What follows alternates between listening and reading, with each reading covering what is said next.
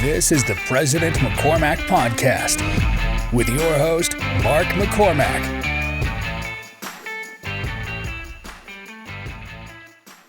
Ladies and gentlemen of the podcast, I want to welcome Blair Buswell. Well, it's glad to be here. Yeah, thanks for coming on. So, Blair, we've known each other, or I've known you for a long time. You've known me since I was a little kid. Yeah. When did you move into Highland? Do you know what year? 30 years ago. Okay, great. So I was like right before our son was born. Nice. Yeah, so to kind of give a little bit of a background, my first interaction that I can remember is in scouting. We were talking about this last night at your studio, where you helped teach the pottery merit badge, or you taught the pottery merit badge. And I think from ever since then, I've been a little starstruck, even though I feel like I know you intimately enough not to, grab a shirt from you or something. But when did you really realize that you liked sculpting? I don't know that I've never not liked it. I used to make my toys as a kid. Yeah. It was before Play-Doh. So it was plastiline. It was an oil-based clay, red, yellow, green, and blue. And so I'd mix the red and yellow together, make orange. That was my skin color. I'd put blue pants, green shirt, yellow hair, whatever. I'd make these little cowboys and Indians or race cars, or even I made a whole little football team. Oh, did you? So it was just fun. My mom used to... She had a little empty can of sucrets, lozenges, and she would put colored clay in there and flat toothpicks, and she would, if I was good, she would get that to me at church, and so I'd make my little toys at church. She knew what what I did at home. She took it to church, and so or a sketchbook. Yeah. So it wasn't until I just illustrated my book reports. I sculpted the King Tut or whatever we were studying as part of my reports and projects. It wasn't until I was in junior high that I realized that people actually made a living at what I did for fun. Yeah. So I threw the doctor, lawyer, fireman out the window and decided I was going to be an artist when I grew up. I didn't know what. But sculpture has always been my main love. Yeah. So did you start out sketching and drawing and stuff like that, or when you're an artist, you kind of do all of that and then kind of I did. I used to love to draw Norman Rockwell magazine covers, back then I would draw everything exact as I could. Yeah. And so that's not much creativity. I just said, I want to draw that, and I drew that. But it wasn't, expressing myself, making, whatever. But yeah, I've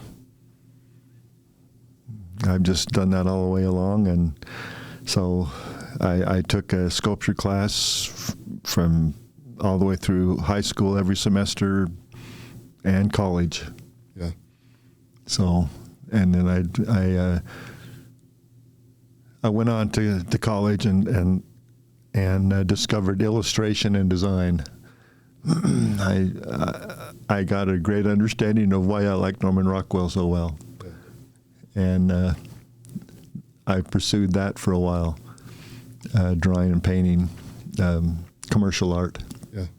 But thinking that I could do that until someday I get a chance to do sculpture full time, but I got some early breaks and was able to go right into sculpture. Yeah. Do you still paint or draw? Yeah, but not like I used to. Yeah. Do you do it for fun, or is it for prep work for sculptures? For fun. Yeah. Yeah. Yeah. That's cool. So yesterday when we were touring your studio, I want to explain it to people, but you kind of can't until you go there. Yeah. I know you let people come through there quite a bit, but how do you feel about the studio? Like when you go there every day, like how do you feel about it? I've been pinching myself for a long time. That's an ideal studio, especially for monumental work. It's a calming place for me. I have several projects going on at the same time, so when I get tired of one, I'll just go jump on another one. But the studio, it's basically 2 warehouses that we took out the center wall and combined the 2 so that I have different workstations. I have a wood shop, I have a weld shop, a mold studio, storage, I have a gallery, and then I have everything's on wheels so that I can adjust my workspace to what the project I'm working on. Yeah. So when you walk in right now, the first thing that caught my eye is obviously the wagon train. And so remind me, is it 2 bison on the wagon train right now? Or no, there's 2 horses on there? It's the wagon, and then are there 2 horses on it, or is it? Well, it's right now. It's just one. I've only kept one. Oh, just one. One mule, not a horse, but. Oh, is it a mule? Okay. I learned. You that learn quick. the difference. Yeah. I didn't before, but I do now. Yeah. Perfect.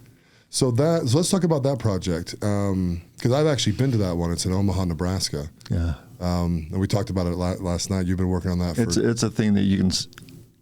Until you get there, you really don't understand how great that project has been. Yeah, and it's you started it in 2000. Is that correct? Yeah. And you still got another 4-ish years left. Yeah, thanks for that. Yeah. I think what the season is going to be, it just blows your mind. But it's, kind of remind me, how did you get into that project? Well, I've done several over life-size or monumental sculptures of people around the country, but there was an art agent out of St. Louis that was representing me to do. He was trying to get me to do athletes out in front of stadiums, basically, and he kept telling me about this big project that he's been working on, and he wouldn't tell me what it is. But then finally he did. He said, "Well," I said, "What is this big thing?" And he said, "It's a wagon train, over life size, a block long." And I laughed at him. I said, "Once the client figures out how long it's going to take and what the cost is, they're going to go to Plan B real quick." And anyway, it's. I thought I came back. There was another project in downtown Omaha that they were also looking at of historical kind of pillars for downtown. But I said, he said, "I have your portfolio. Can I submit your name?" And I said, "On the historical one, I'm not interested in."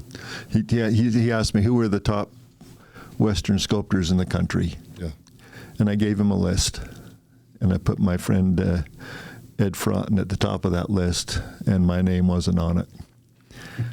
But I came back as a finalist for both the wagon train and the historical thing project. And so I went to Ed, and he was also a finalist on those 2 projects. So I went to him and I said, we've talked about working together on a big project. This is it. Or you can do a wagon train a block long by yourself. Yeah. I'm not interested by myself. And so we went in and presented together, and they had dropped the historical sculpture idea, and so he and I presented and got the project together. Yeah. And that started in 2000. And it was also they wanted the edge of the frontier represented, and then also the wildlife of Nebraska. And there was a really good friend of mine, Kent Oldberg, from Sweden, but he lives in his studio's in Colorado. He got the project to do the wildlife, and then they hired an amazing landscape architect out of New Hampshire, Jim Reeves, and we all came to my house. And the amazing thing about this whole project is the client the client was the First National Bank of Omaha, and they had decided to take they were going to go build a kind of a campus outside of town as their headquarters, but then they decided, let's go down and renovate downtown, and they built this 40-story beautiful headquarters right downtown, and so they wanted to have some parks around it, and that's what this is part of. And so we all got together. They said, we just want the edge of the frontier and the wildlife, and we want the wildlife over here at this part of an empty lot. And they bought a parking lot in downtown Omaha about 3 blocks away, and that's where the edge of the frontier, or the Pioneer, and the wagons are going to be. So we came to my house, all 3 sculptors, the landscape architect, and the client didn't give us a price or a timeline. They just gave us an open canvas, which never happens. Yeah. Said, here's what I want, have fun, let me know what you come up with. And we had a lot of it was that meeting for 2 days in my house. I sent my wife and the kids on a little vacation, and that was an amazing experience, because having that kind of creative people in the room, just exploring and having fun, it was great. Yeah. We came up with the idea of the wagons come into the valley where the buffalo are grazing, scare the buffalo or the bison, and they run away and round the corner and scare a flock of Canadian geese, and they burst out of the pond or the lake and start flying away. And though the idea is you have a modern city and the frontier existing at the same time. Yeah. So the bison are running down the sidewalk. He rounds a corner, he runs through the edge, the corner of the parking garage as if it doesn't exist. He scares the geese, and they come out of the water, and they're attached to, they fly through the edge of the hotel and onto light poles, and end up flying through the atrium of the new building. And it's also kind of neat that came up with the idea that when the geese are bursting out of the water, they put like water jets just underneath the surface, so it looks like they're splashing coming out of the water. Oh, yeah. And they morph from traditional material, traditional bronze, and as they're flying around, and they're flying around downtown, and they end up fly about a block or more, block and a half, they gradually morph into stainless steel. Oh, really? So when they get to the atrium of the bank, they're flying above you, hanging from cables in this glass atrium, and they're stainless steel. So it's been quite the project, and the landscape architect we designed the park in a way that with hills and bumps, and they're not going as if they're going along the side of a riverbed. But he went and got quarried stone out of Wisconsin and brought it down to sandstone and planted the whole park. It was 5 years before we ever put a bronze in it. Yeah. But quite the deal. So how many times have you been to the site? Oh, I don't know. Like countless? Yeah, I've been there several times for meetings and installations. I like to go because no one knows who I am, and people are walking through. Sometimes I I get in late at night, and the lighting, Jim Reeves made the lighting as if it's dusk all night long. And so you go there at 2 a.m, and it's just amazing. Yeah. And so I'm walking around, or even during the day, I walk around and just in awe of the whole thing. And I just go up to people and ask them if they have any questions or where they're from, and tell them I'm the sculptor. And then the whole, it all stops. And are you kidding me? And I get to tell them about the experience. Yeah. What was the first piece you installed? The first piece was a wagon drawn by 4 mules. It's more of a cargo wagon kind of thing. But the fun thing about that is it's my family. Yeah.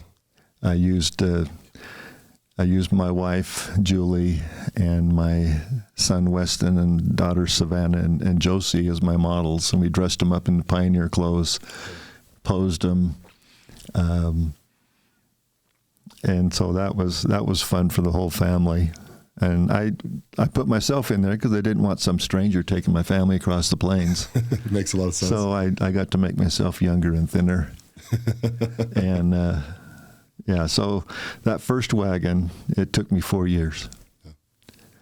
And it took longer to do that first wagon than to build 40-story building headquarters in downtown Omaha.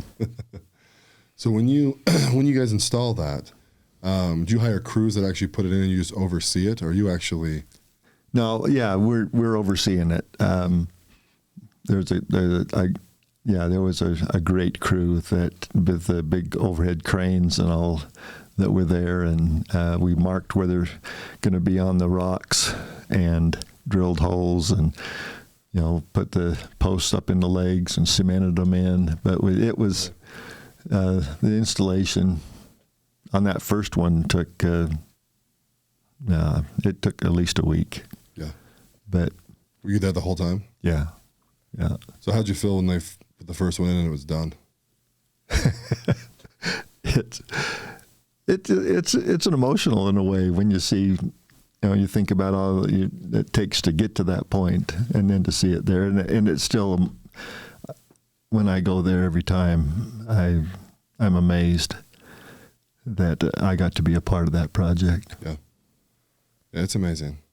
And now that you've talked about the lighting, I want to go there at night, because I was there probably like 2:00 in the afternoon when I saw it for the first time. Yeah, people ask, they'll call me up and say, "We're going driving through Omaha. Where is it?" And I said, "Well, just go to the tallest building in town, and go backwards, because the tallest building has the geese. Follow the geese, the buffalo, back to the park, and that's where So it's right downtown, 14th and Dodge." And we have there's 2 more Native American sections to be done, right? Yeah, they were divided up into 3 phases. Ed and I split the project together. So the first project, he did a wagon and I did a wagon. His were drawn by horses, mine with mules. And then the next one was, we both did wagons pulled by oxen at the far end of the park, each end of the park. And then we did people walking and riding horses and fillers along the way. But there was one section that was phase 1 and phase 2. And then the final phase is the Native Americans. And that's what I'm finishing up now, is the meeting of the mountain men, or the scouts for the wagon train meeting up with the Indians, Plains Indians, and just having a little interaction. So that's what I'm doing right now. I've put 2 groups in now, and I have 2 more mountain men to do, and 2 Indian brave and his wife holding the baby. Yeah. sitting on a rock. Now, the one I saw last night with the mountain man showing the map, that's one of them, right? Yeah. Yeah. Explain that to me. That was That's really cool. I love to tell a story. That's the Norman Rockwell in me. Yeah. I love to show the expression in the faces, and so this is a chance meeting of the frontiersman or mountain man out hunting for the best trail, meeting up with some Plains Indians going north for the summer. And so he stops and he has some trade goods. So they're kind of going through, like, the Indians back then, they see the white man, or, hey, what do you got for me? Mm-hmm. So they're kind of rifling through there.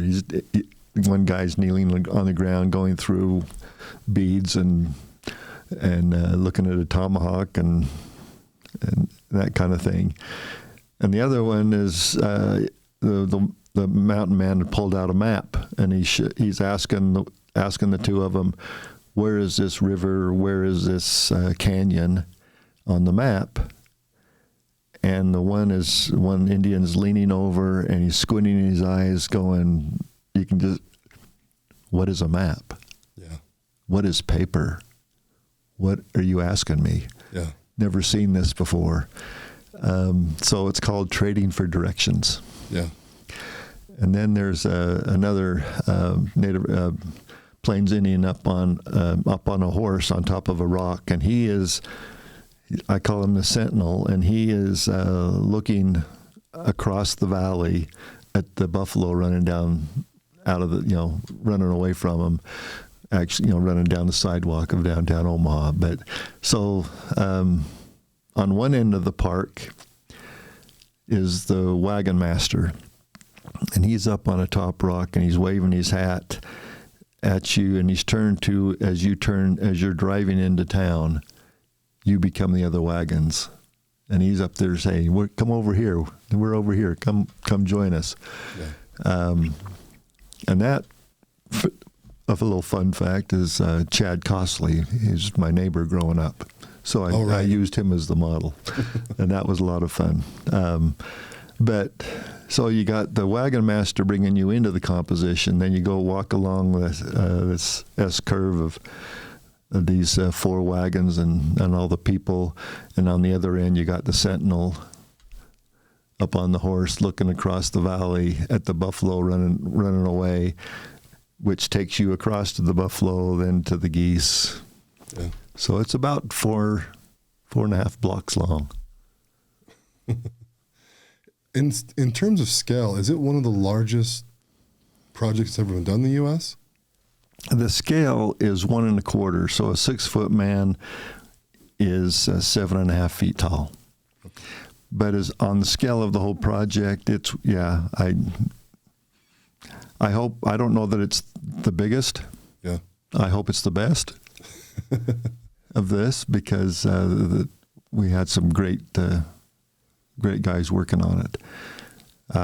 But yeah, it's we had a kind of decision to go 1.5 or 1 1/4. How big do we want to go on this? But the idea was, when told the client, we're willing to do either size, but do you want the people coming to see it to be a viewer, to stand back and say, wow, or to be a participant? Do you want them to get out of the car, walk alongside of the mules and the oxen, and experience what that was like going west? Yeah. And luckily, that's the direction they went, because it's good when you go there and you see little kids petting the mules and the oxen, and it's bigger than life, but it's not overwhelming. Yeah. Yeah, no, it's you can totally feel that when you're there. You're kind of walking along with everybody and progressing down that walk. Yeah. I'm trying to remember. I mean, it's been a little bit since I've been there. I'm going to circle Omaha on the map again to go see it. But I can't remember everything that was installed when I was there. I think I was there in the early, like probably 2012, 2013. I think it was the first time I've been there. So it's been a minute. Yeah. So are you on phase 3? Are you doing phase 3 by yourself? Yeah. Okay. Yeah. Kent Olberg and Ed Fronten were done after phase 2, and they've asked me to come back and finish the Native Americans by myself. So I wish they were still working on this. That was great to bounce things off with all of them. But are they retired, or they just moved on to other projects? Yeah, other projects. Okay, gotcha. Yeah. That's cool. So in the sculpting world, how many I don't know the way to phrase this right, but like top sculptors in North America, how many are there? I'm assuming it's a small number. It is. There's a small number that are on the top, as in any occupation out there. There's a lot of people that like it and try it and would love to be in the position I am. Yeah. But so I've been blessed and I've worked hard to be lucky. Yeah. So I like that a lot. That tends to be the formula. Yeah. So let's go back a little bit, because there's some stuff you're really famous for, and that's doing the not that that's not amazing, but I mean the general population will understand. You do a lot of the busts for the Pro Football Hall of Fame. Yes. Did I say that right? Yeah. And which, I mean, it's brought just, athlete after athlete to your studio, and you get to meet them, and you go to the Super Bowl every year, and then after the Super Bowl, you're, do you call it taking dimensions? Yeah, that's when after they're announced, they voted on them. They vote on them the weekend of the Super Bowl. Yeah. And then me and the staff of the hall meet with them the day after the Super Bowl and tell them what's going to happen the next 6 months to get ready for the induction in August. Yeah. So, and after that meeting, they're measured for their jacket and their ring and the bust. Yeah. So I take their pictures and measurements to get started. Yeah. So what year did you first do one of those? This is my 40th year. Yeah. My first bust was Sid Gilman in 1983. Oh, okay. So like very early in your career. Like 2 years in? I was right out of BYU. Right out of BYU? That was, yeah. It was a great story about how I got onto that, but... Let us know. I'd love to hear it. Well,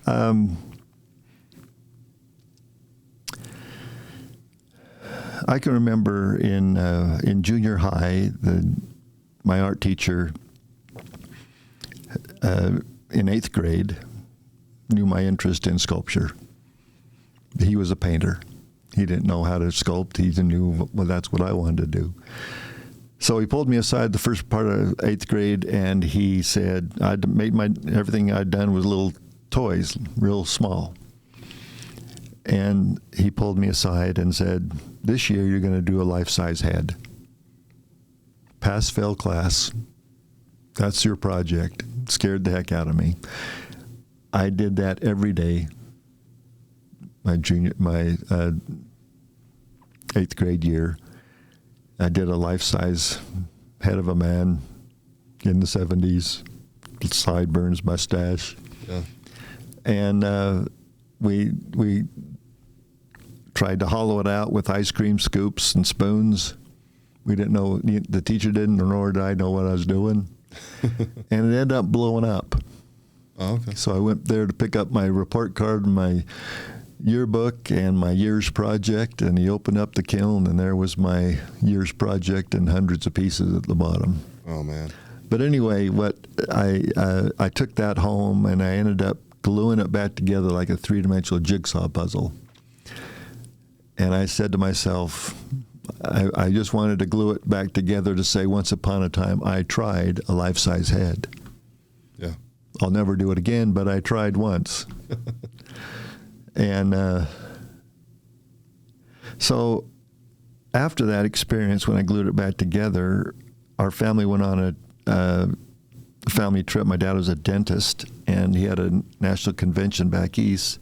So on the way, we stopped at the Pro Football Hall of Fame. And I can remember going through there. It's going into, ninth grader or going into my sophomore year thinking, somebody made that. Wouldn't that be an amazing gig someday? Not going to be me, but that would be amazing to be able to do that. Yeah. And then you come full circle. I played football I went to Ricks College, Utah State, and ended up at BYU. And studied art and sculpture, illustration and sculpture all the way through. And I was a walk-on at BYU. And it's one of the interesting things is I was probably the only person you'll ever hear about, at least I know of, that played three years of Division I football on an art scholarship. Yeah. But so at the end of my senior year, I had sculpted Danny Ainge and Jim McMahon. We were all seniors together for the school, and I'd done some awards for the Cougar Club, and they gave me an award at the Cougar Club Annual Awards Sports Banquet. They presented those of Danny Ainge and Jim McMahon, and they gave me a trophy of my trophies. Yeah. As honoring me as a student athlete for what I did outside the game. And they had me display some of my other projects I'd done as a student. So I'd been up to the stand a few times that night, and Bill Walsh, the coach of the San Francisco 49ers, was the guest speaker. And he came down after the banquet and grabbed me and asked me if I would consider doing a sculpture of he and the owner, Eddie DeBartolo, as a gift to Eddie for winning the Super Bowl. Mm-hmm. And after they gave me smelling salts and woke me up, I said, that sounds like a great idea. Yeah. So he ended up flying me down to San Francisco for their preseason game, and they both posed for me there in San Francisco. And I did a life-size. Walsh is like 6'3", and Eddie is maybe 5'8". So I didn't want to have a figure of the two of them, so I did two half-life-size heads and called it a winning world championship combination. So when that project was done, that was the strike year of 1982. So the season didn't start. They had preseason games, but then it all shut down. And so Coach Walsh flew me to Youngstown, Ohio, where Eddie lives, to give him his copy of the sculpture. And Eddie was really excited. But when I was, go back a little bit, when I was in San Francisco, Coach Walsh posed for me in his hotel room the night before the first preseason game. And he's going over his 25 plays that he always did. And he sat back after that was done, and I'm working on him, measuring him, and doing this sculpture of him. He put the stuff down, and he's asking me, what do you want to do with this talent you've got? Where do you want to go? He said, do you want to, you might want to make a lot of money? Or do you want to be in museums? Do you want to be known as one of the best? And I said, that's my goal. Mm-hmm. I want to be known as one of the best there is. And he said, good, because I don't know how to make money in art. But I do know how to bring the best out of people. And I tell you, he was amazing. Yeah.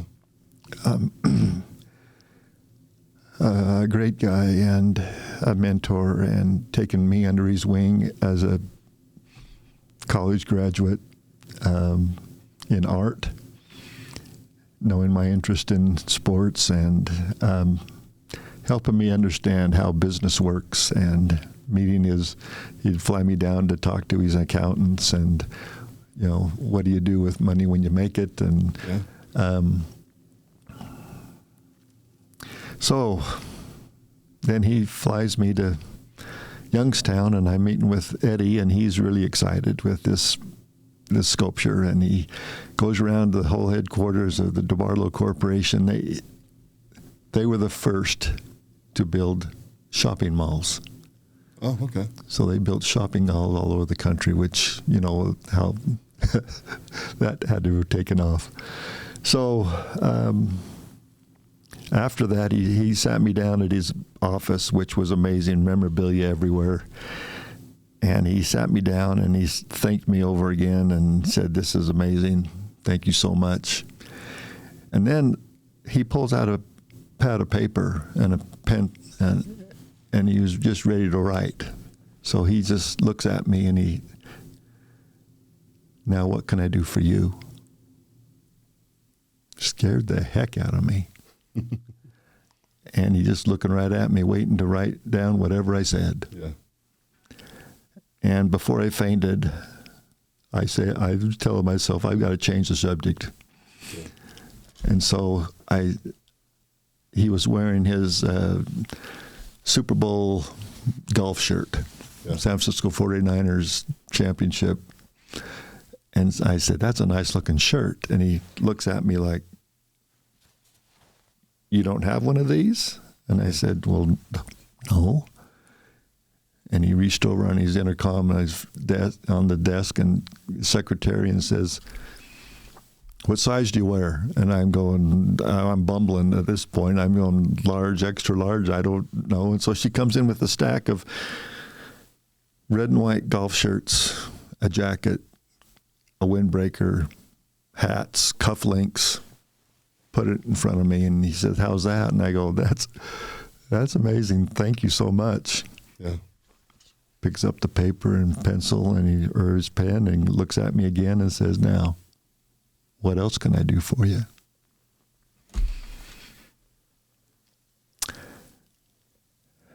And I said, "My dream is to work for the NFL,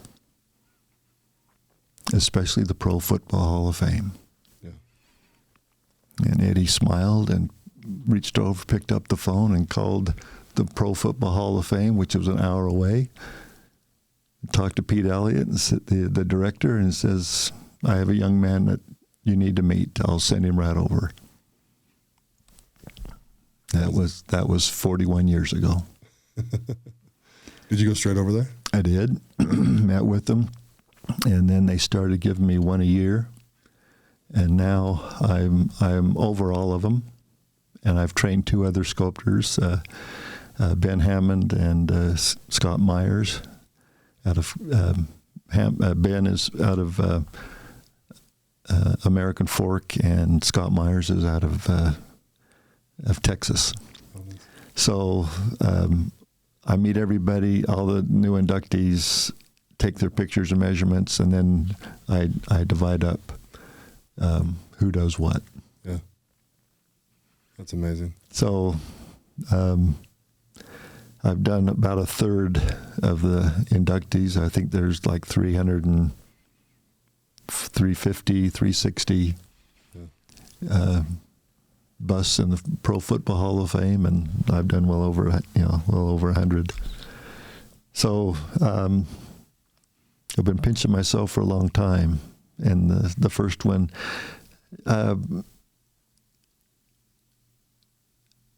Utah's own Merlin Olsen was inducted into the Pro Football Hall of Fame in '82. So it was the year before I was hired. Yeah.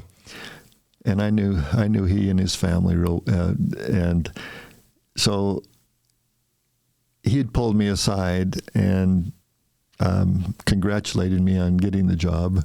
He was real excited for me, and he said, But what you need to do is have them pose for you, or to let them see what you're doing before it's unveiled. Because he says, I was flat out embarrassed. Oh. They pull off, I'd never seen anything about it. I'm at the induction, the biggest celebration of my career. I have family, friends, colleagues, teammates, all there. And they pull off the cloth, and he says, I wanted to hide. And I said, well, that's not what it's all about. And he said, so Merlin, what do you mean? What am I supposed to, I'm supposed to call up Tom Landry and Joe Montana and Dan Marino and say, what are you doing Saturday? And he said, yeah. That was pretty scary. Yeah. But I've had all these guys pose for me because of Merlin. And it wouldn't have been as much fun, nor would I have been able to do as good a job if I was doing it all from pictures. Yeah. The guy that did it before me did them from a hat size. Oh, really? He never met him. He did all pictures, and the hat size was, 7 3/4 or whatever. I don't know how that, I've never been able to figure out how that told you the length of the nose or the width of the cheekbones. But it was kind of a hit and miss thing. But I changed the culture at the Hall of Fame, having these guys pose for me. Yeah. And it's also going to be kind of a rush for them, though, too, right? Like they're meeting the sculptor who does all these, especially now. They're getting their measurements taken. It's their turn. I bet that's just as cool as... It was, I've had fun with it. I've gone up to guys that are playing. Like, I got to sculpt my teammate, Steve Young. Yeah. I met him at the Pro Bowl. He just won his, he'd won the MVP of the league. And I went in there and I grabbed him at the Pro Bowl in Hawaii. And I said, Steve, if you keep up with this Hall of Fame or this MVP stuff, and you keep doing what you're doing, you and I are going to spend some time together. And he thought that was the funniest thing he'd ever heard.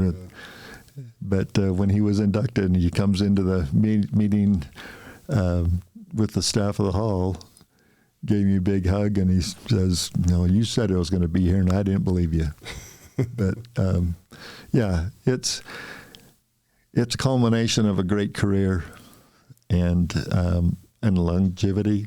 Yeah. Long career and great. And I've been able to meet and the families and of the greatest football players ever play the game. Yeah. So you got to tell us the Deion story. Deion Sanders? Deion Sanders story, yeah. Well, Deion, he wanted me to do his do-rag. Yeah. But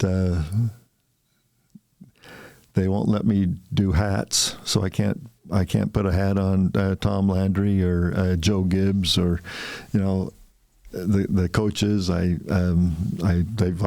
Some want jewelry, earrings. They want eye black. And Deion wanted the do-rag and the scarf on his head, but I'm not allowed to do that. So I just say, pick the hairstyle you want. Okay, that's the kind of the thing. When they come in my studio, I have all these. I've got as many pictures of them as a player because I have to age them back when they played. Yeah. And from different angles and different expressions and different hairstyles and different ages. And so I just say, what age do you want to be? What expression do you want to bite someone's head off, or do you want to be glad you're there? Right. Or somewhere in between. So I let them pick those things. And with Deion, he was up, but not too happy that he couldn't do that. But I said, well, just tell me he wanted a Jerry curl haircut. I mean, that's the kind of funny thing is, who knew that when I got this job, I'd really become a hairdresser. Right. And I've done dreads, I've done fades, I know the difference between a 4 and a 5, 3 and a 4 haircut. Waves, cornrows, all these different things, that afros. So it's been a lot of fun. But anyway, what it came down to with Dion is at the induction, he went through this great talk, and he turned and said, that looks pretty good, but it's missing something.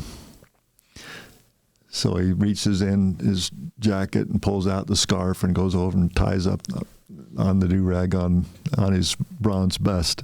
Yeah. I thought that was a lot of fun. When he was posing for me, I told him that. I said, you're going to get a copy of this in a resin copy of it. It looks bronze, but you can change the color of that do-rag. Put one on and change it every color you want to, and then he went ahead and did that at the induction. So anyway, there's been some fun. I've seen pictures of inductees when they're being interviewed at their homes and stuff, and you see their bust in the background, and some will have hats on them, or fireman hats, or right. they stories of they change at Halloween and at Christmas and that kind of thing. That because they're life size, one guy asked me, he said, "What are you going to do with a life size head of myself?" And I said, "It'd make a great place for put your hats and your sunglasses on." Yeah. So we have fun with it. Oh, cool. Yeah, you told me that story yesterday as well, because the copy that you have has a red bandana on. Yeah. Yeah, and I was just like, oh, that's funny. When I saw it, then you told me the whole story. I was like, that's way better. Yeah. Yeah. So outside the bus, you've also done a lot of other sports, sculptors. Is that the word, right? Well, I thought when I got into this that's where I wanted to go, was being a sports sculptor, and I did a lot of sports action pieces, 80s and 90s, and I was named the top sport artist in the country, and I was the first sculptor to get that award. They usually go to painters and illustrators. Mm-hmm. And but I found that people look at what I'm doing and say, well, who's that trophy for? Mm-hmm. Instead of, that's for your home. You can have a football player or a basketball player in your home, or golfer. And so I've done some awards. I did the Doak Walker Award that goes to the top college running back in the country, which was an honor to do that. But I loved to capture the intensity of an athlete in action, and or people in what I call thought poses. They're just relaxed and in deep thought. Those are kind of things I like to do, and I love to do old craggy old guys' faces, yeah. the expressions. And that's why my dad comes in and poses sometimes, right? So, I was my first couple of monuments were I got to do over life-size sculpture of Mickey Mantle, Oscar Robertson, Jack Nicklaus, Doak Walker. I've now done John Wooden, great coach at UCLA, the owner of the New Orleans Saints, Tom Benson. I did one of Merlin Olsen out in front of the stadium up at Utah State. They named the field after him. And that was fun because he was diagnosed with cancer, and they wanted to honor him at Utah State, and they named the field after him. And they had they wanted to do a sculpture, and they asked him if that was all right if they did that, and he said yes, but there's only one guy I'll let do it. So I got the call, and it was great working with him. And he passed away in the middle of that project, but he okayed the little one or the scale model, and I used his brother, Orrin, that lives in Alpine, and as a model. But I had already taken pictures of and measurements of Merlin. But he was a lot thinner and stuff. Yeah. From the cancer, but so I used Orrin to get the Olsen forearms and calves on there. Yeah, which are big. Yeah. So. Yeah, we saw the clay of that yesterday. Yeah. Yeah. Yeah. Some of my original clays are still in the studio, so it's kind of like when you walk into my studio. It's a big space, but it's kind of like walking in, or the movie Night at the Museum. Yeah. And so they got these big sculptures all over. I've torn down a lot of them, but it's quite the place. Yeah. And on those, I learned yesterday, so your core is actually mostly steel, right? Has an armature. They call it an armature. So there's a metal framework underneath, and then I do a scale model, which is maybe 18 inches tall, 1/4, and then I have it scanned, and they take those measurements and put them in a CCR machine, and they cut it 5 times bigger to 1 1/4, and they give me back body parts in cut out of foam. Yeah. So we assemble that together with steel on the inside and seal up the foam, and then I put hot clay over it and sculpt it all over again. Yeah. Now it's and one thing that I thought was crazy is the clay looks perfect, right? And it'll stay that way for a long, long time. Yeah. Yeah, except for the Mickey Mantle one, I guess is melting a little bit. It's different. Well, when they pull the rubber off, sometimes the ear will get banged up or things get broken. But I just leave it together as intact as I can. Yeah. Do you fix them when they come back? If an ear's broken, would you actually fix that? A little bit, yeah. I've done that. What's good about it is when a client comes in to ask me to do some things, right off the bat, he knows that this isn't a hobby. Yeah. I'm serious about this. And I can talk to him about the scale and the size. So I can go walk up to Merlin Olsen or up to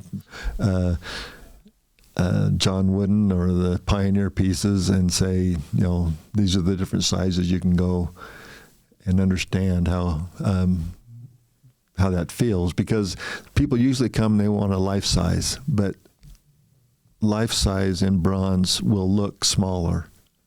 Oh, okay. Why is outside? That? It's just the diameter, how it in bronze it's dark. It just seems visually to shrink. Okay. So you do it 10% or 25, do it bigger so that it looks life size. Yeah. Yeah, well, the Merlin Olsen one looks very big. Yeah, yeah. How tall was he? I want to say 6'4", 6'5". Oh, okay. Oh, I still got him by a couple of inches. So. Yeah. I know I was kind of teasing, like, whenever you need a 6'7" model, you let me know. Do some sit-ups and run down. Yeah, there we go. Oh, awesome. So let's with the clay. So when you're doing the clay, so you actually reclaim it off of the sculptures. We were talking about that last night. Yeah, and, it's oil-based clay. It's called plastiline. It never dries. So when the mold's been pulled, I can reuse the clay, put it back in a hot box, and keep it soft and use it for the next one. So I showed you my hot box last night and said that I'm working on some new pieces, and that used to be a mule. Yeah. So I get to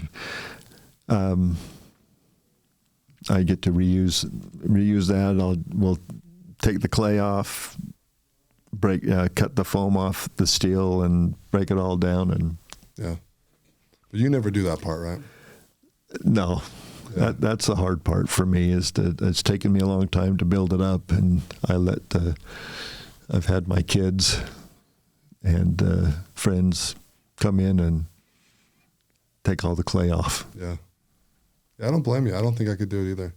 Yeah. I mean, so much time put into those things, and they're amazing. They're my kids. Yeah. You got a lot of kids now. Yeah. So do you have any fun projects coming up that we can talk about that you haven't started yet? Well, the one I'm excited about right now, I do a lot of commission work, but I also do projects of my own that I show in my galleries around the country and national Western art shows. And so this year, along with doing the other things I'm doing, I'm working on a series of rodeo clowns, and that's been fun. I've got one that the two rodeo clowns, the old rodeo clowns that are all dressed up with scarves and makeup and those big old shorts. Yeah. What time period are those in? Well, that's what, when I was a kid going with my dad to rodeos in the 60s and 70s and 80s. Yeah. That's what they wore. So I'm kind of vintage, going back and doing them back in the day, because now they're advertising. Yeah, they got the big billboards that they're more bullfighters than clowns. So I'm doing this with two clowns, one holding up the barrel and the other guy is inside, and they're egging the bull to come get them. We're over here, come get us. And I'm doing one where from the waist up, he's got his thumbs in his suspenders and he's got this big grin. It's just kind of a fun little portrait. And the other one that I'm real excited about is one that I had an idea for back in junior high and high school. I'd seen a movie and there was a shot over the head of the clown looking at the buffalo or the bull coming right at him, and he's got his hand on the horns to get away. Yeah. Kind of like, I can remember as a kid, that's what I wanted to, being a running back. I thought, it'd be fun to get in the ring and be the clown and see if the bull could get me. Yeah. So I've got him doing a straight arm. Yeah. And I had a guy come to me, asked me, said, "How long have you been working on that piece?" And I said, that dawned on me. I said, 50 years. Right. Because that's when the idea had come. Yeah. But it's taken me a long time to, my whole career has been doing people. And when I took on the Omaha project, I had to learn animals for the first time. And, the comparative anatomy and all. But doing this bull, bucking and snorting and coming at him, that was a different deal. And it's a big challenge. And I had started it years ago, and I kept putting it away because I just didn't know how to do that bull. Yeah. So I've got a lot of help, and that's what I'm doing now is this bull coming at the rodeo clown. And he's trying to get away. So that's been a fun one to work on. Yeah, that one's really cool. Yeah. I saw all three of those yesterday actually. Yeah. And the one I like the clown with the suspenders are the best. Do you? Yeah, it's just got I don't know. It's all subjective, right? So. Yeah, just kind of I just like it. off. I like the facial expression. I like the time period of it, because you're right. It's they've got the handkerchiefs coming off of them and big oversized pants, and I don't know. It just has a lot of personality. Yeah. So thanks. Oh, you're welcome. So how close are you to be finished doing the sculpting on that one piece that I saw? I've got to get them done in the next several weeks. to get them ready for the big show in the summer. Okay. So it's coming up. I've got to get them done. So when you're finished, how long until one of your pieces is in a gallery? It's about 6 months then, sounds? No, it's usually, it always has been about 6 to 8 weeks to get the bronzing done, the molds made and the bronzing done. But now the foundries are loaded because of COVID and trying to catch up, and so it's farther behind. Yeah. But with the big shows, they want the pieces photographed, ready for the catalogs. Right. And then they're like a month or so before the show to set it all up. So that's what I have to get them done in the fall so that I can show them in June. What gallery are those going to? I have galleries in Jackson Hole at Wilcox Gallery, in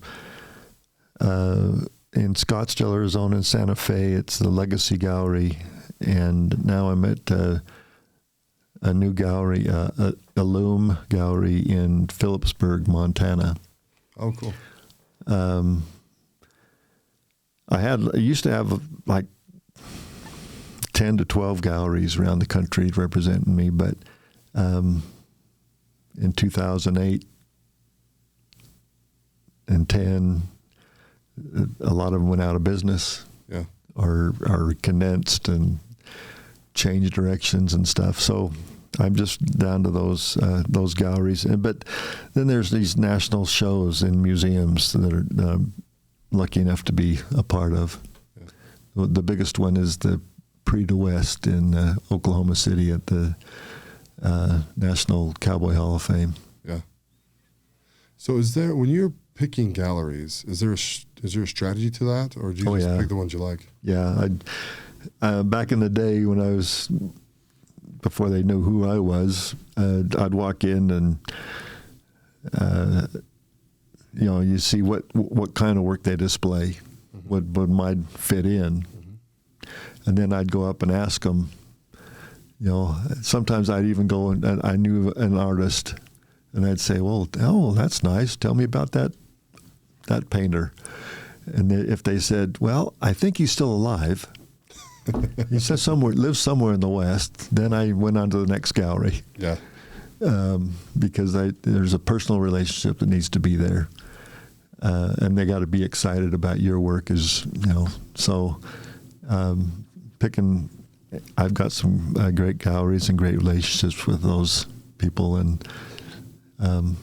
it's been good. That's awesome. Have you ever presented in Utah, any of the galleries here? I had, there was a gallery represented me years ago up in Park City.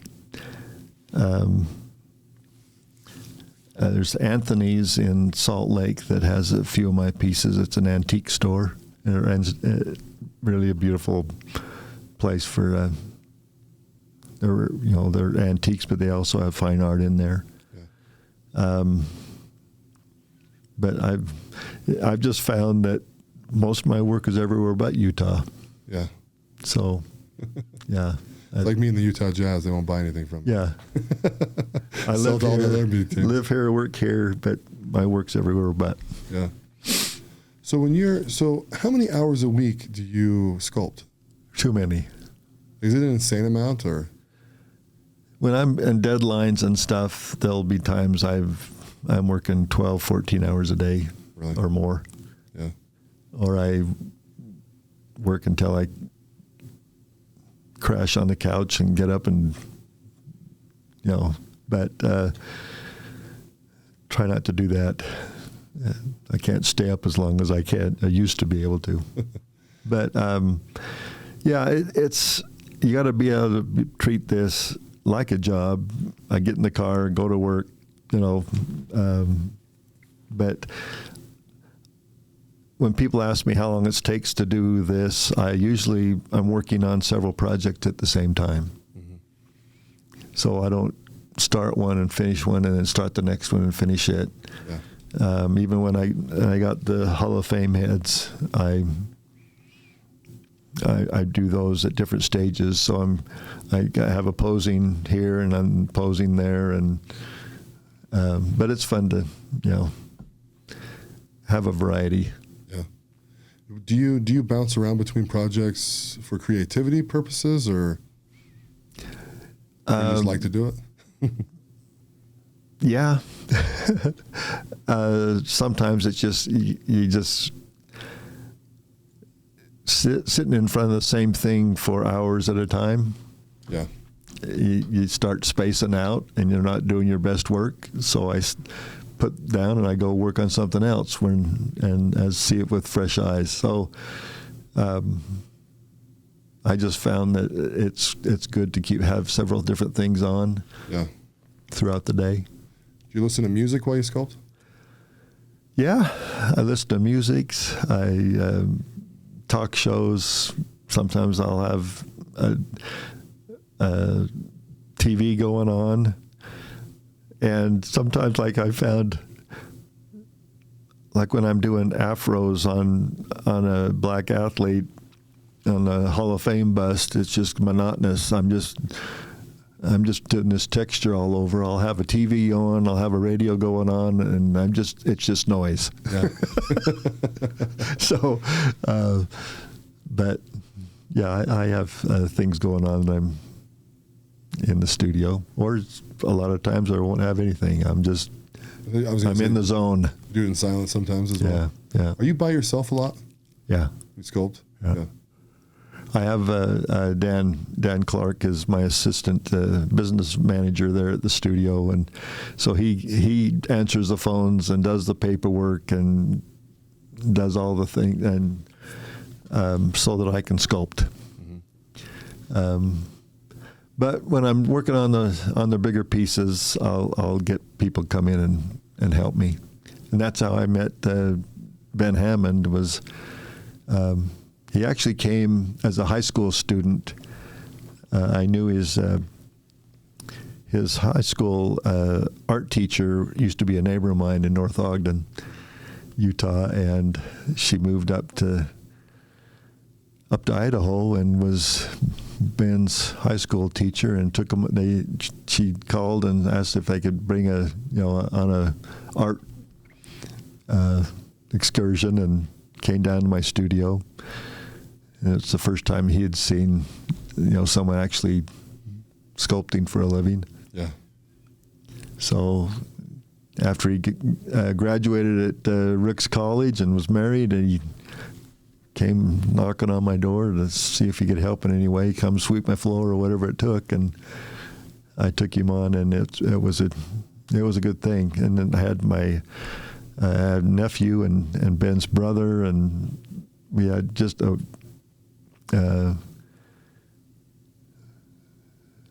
we just had a big, a good crew that the idea was I would come up with the idea and I'd do the scale models, and then I'd turn it over and have it scaled, and Ben would do the middle. He would do the armatures and the large foam, putting it together, put the clay on it, get it ready so that I could just go from one piece to the next.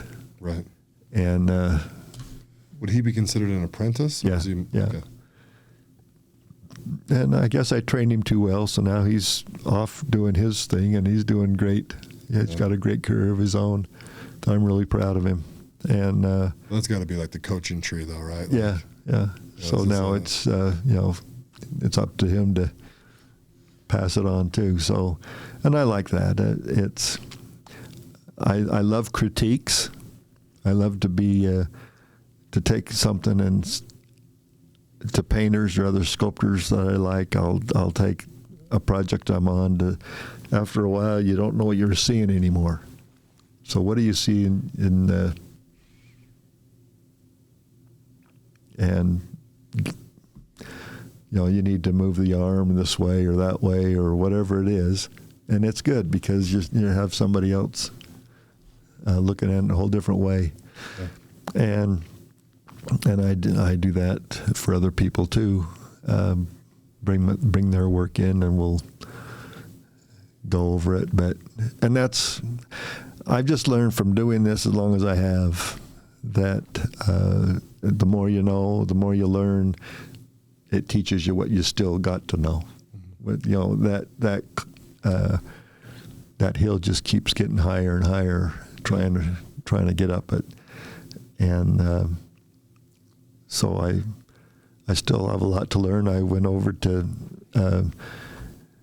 Italy about a month ago with my family and went to Rome and went to the Vatican and St. Peter's. And I can remember going there when I graduated from college, just thinking, I can remember that experience. I was a top art student in elementary and junior high and high school, you know, the starting scholar, and went on to Rick's, and Utah State and BYU, the top student or sculpture students. So I'm graduate thinking, yeah, I've got this. Until I went to Europe. Yeah. And I was humbled to the bone. I felt like I was back making my toys. Really?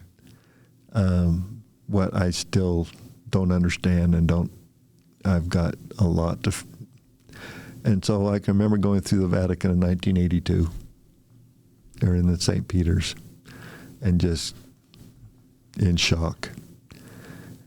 I can remember seeing the Moses. I was with a tour group, and I went in and saw the Moses by Michelangelo, and I was in a trance. They all left. They got on the bus and was driving away, and I'm still back looking at Moses. Really? Before they realized that I wasn't with them, they had to come back and get me, or I'd probably still be there. But it was a real impactful, my first trip over there. And I went over this last time, and as I'm walking through with my son for his first time, and I stopped him at the entrance, and I just told him that story. You know, 1982. This changed everything I do. So it's great to go back and analyze, and I have my heroes, and I talk about Norman Rockwell, but in sculpture I love Daniel Chester French and St. Gaudens and Fraser and Borglum and all these guys that lived the turn of the century. Yeah. Were doing great things.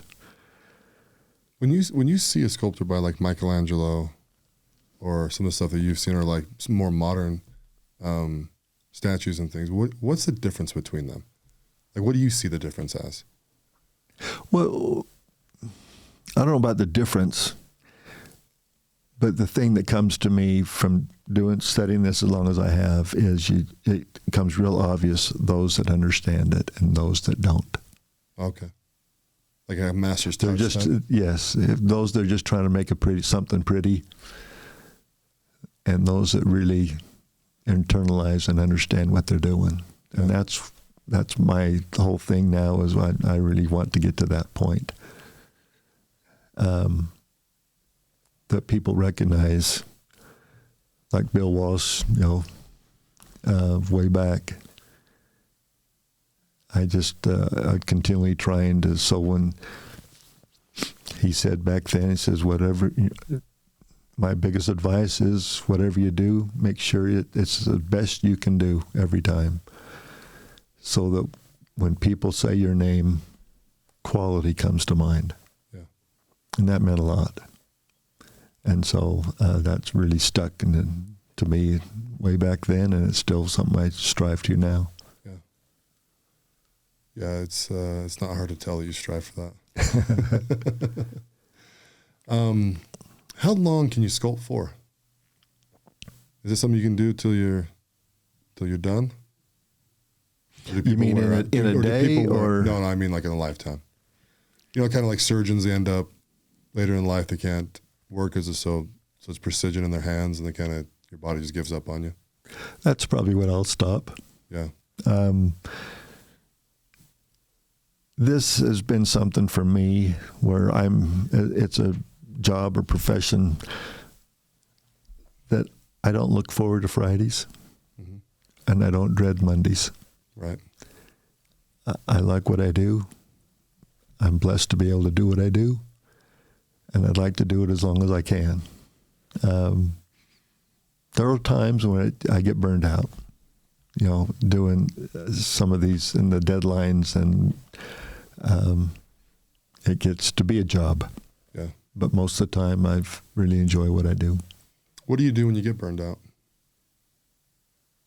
Go to Europe. I just try to do something that breaks away from that. But is that like a get out of the studio moment? Yeah. Yeah. So when you do, or do something totally different. Yeah. Like, is that for a couple of days sometimes, or when you get burnt out, or do you have to be gone for like a week, or is it maybe just an afternoon, or? Yes. Yeah. Yeah, it's all different. Sometimes there's a lot. It can get stressful, but I can't stop, so I got to figure something to relax and regenerate. But yeah, it's kind of a weird deal because my hobby is my living. Mm-hmm. So when people ask me, what do you do for fun? I sculpt. What do you do for work? I sculpt. So that can get old. Yeah.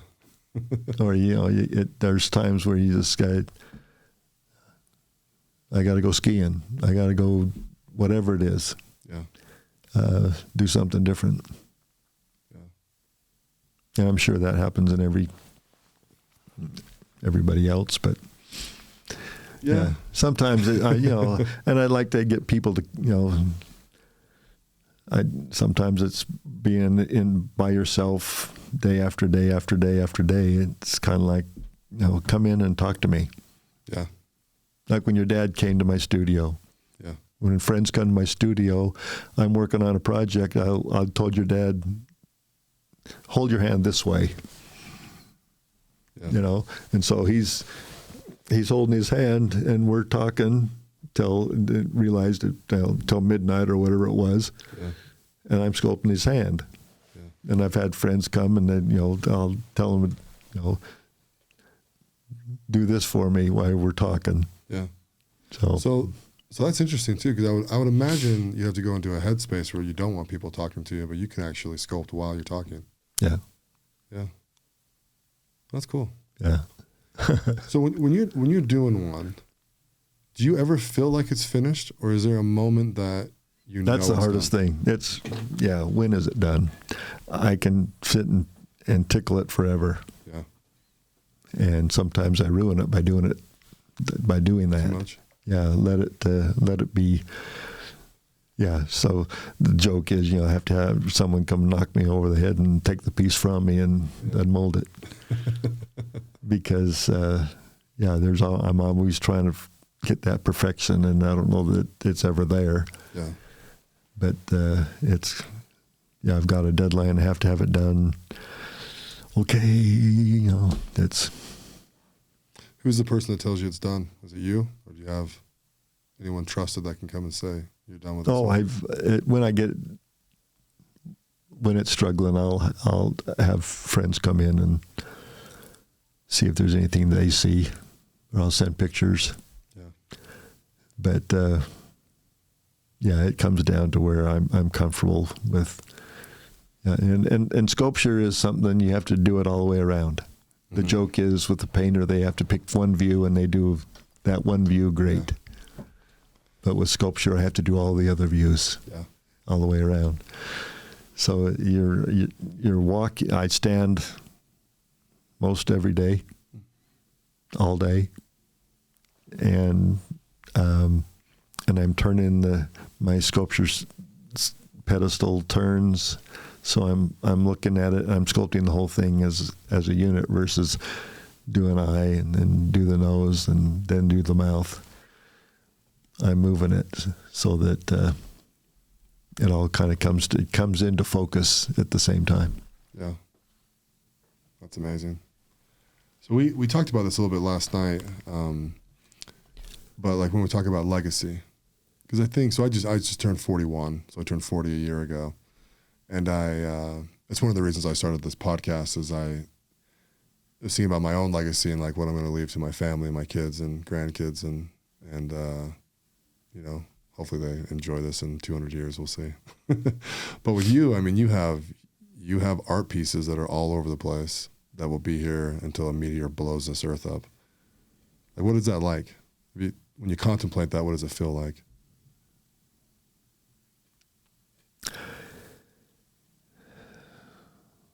There are definitely proud times in there of realizing what I've done, what I've still got to do, what I've accomplished, the awards I've got, all those things. It's in awe that I'm in that position I'm in, and I've been able to go around the country and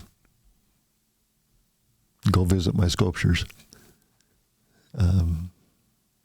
Or I've had family and friends on road trips, and they'll send me pictures standing next to something I've done. Yeah. That means a lot. Yeah. There is, when is it enough? Or the challenge of, from my background in sports, you're always the next game, and you're always trying to get to be the best you can be, and that's the same thing in the art world. And so it's, as far as a legacy, it's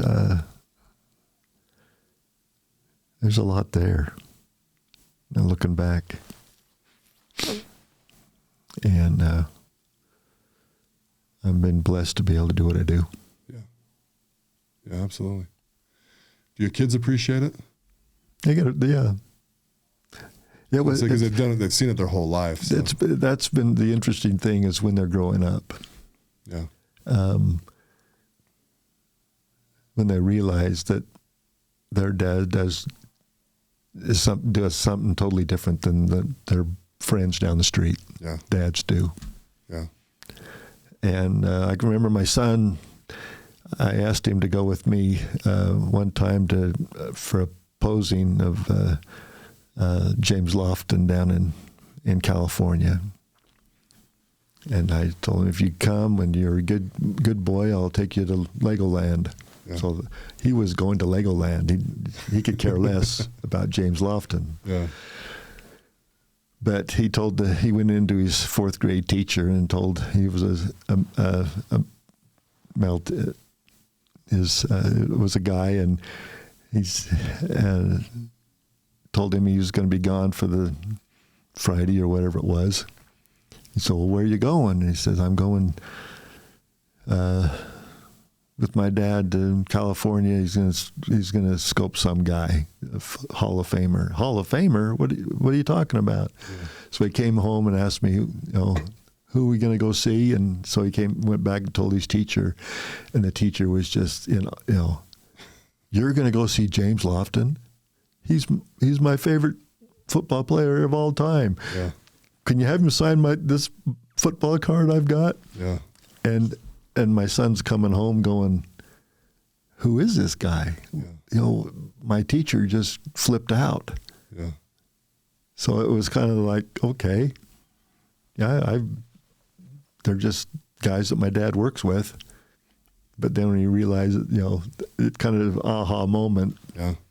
And that's happened to all my kids. Have had those kind of things where it dawns on them that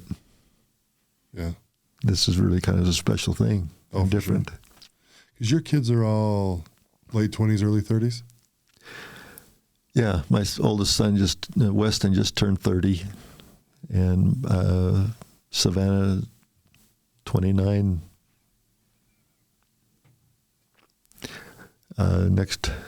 That's coming up. Yeah.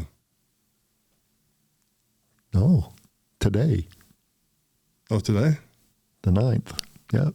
Oh, perfect. Today's Savannah's birthday. Oh my gosh, we'll get you out of here soon then. Yeah. So do they appreciate, well, I'm sure they appreciate, but how do they feel about being like on the wagon carts out in Omaha? I mean, do they geek out a little bit over that now, or? Oh, it was fun. They've been my models and supporters all the way along. Yeah.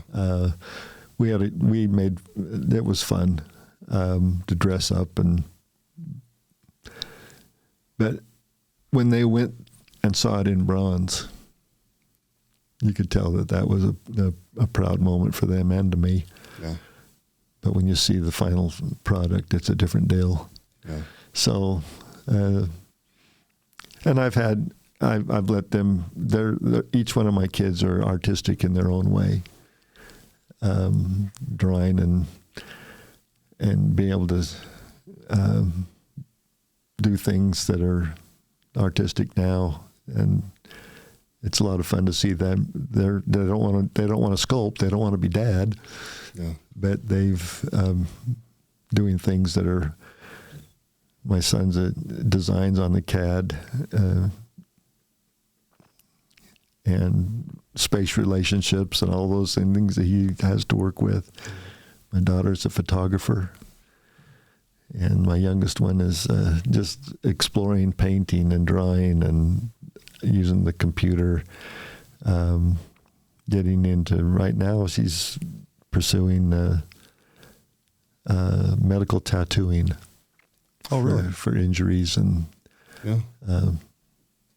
So that's good. That's going to be kind of a fun experience to follow her through. But every one of them turned out to have a good eye. Yeah, that's cool. So one of the things I told you I ask all my guests is to give us their best 2 minutes of life advice. You got anything good for us? Ooh. The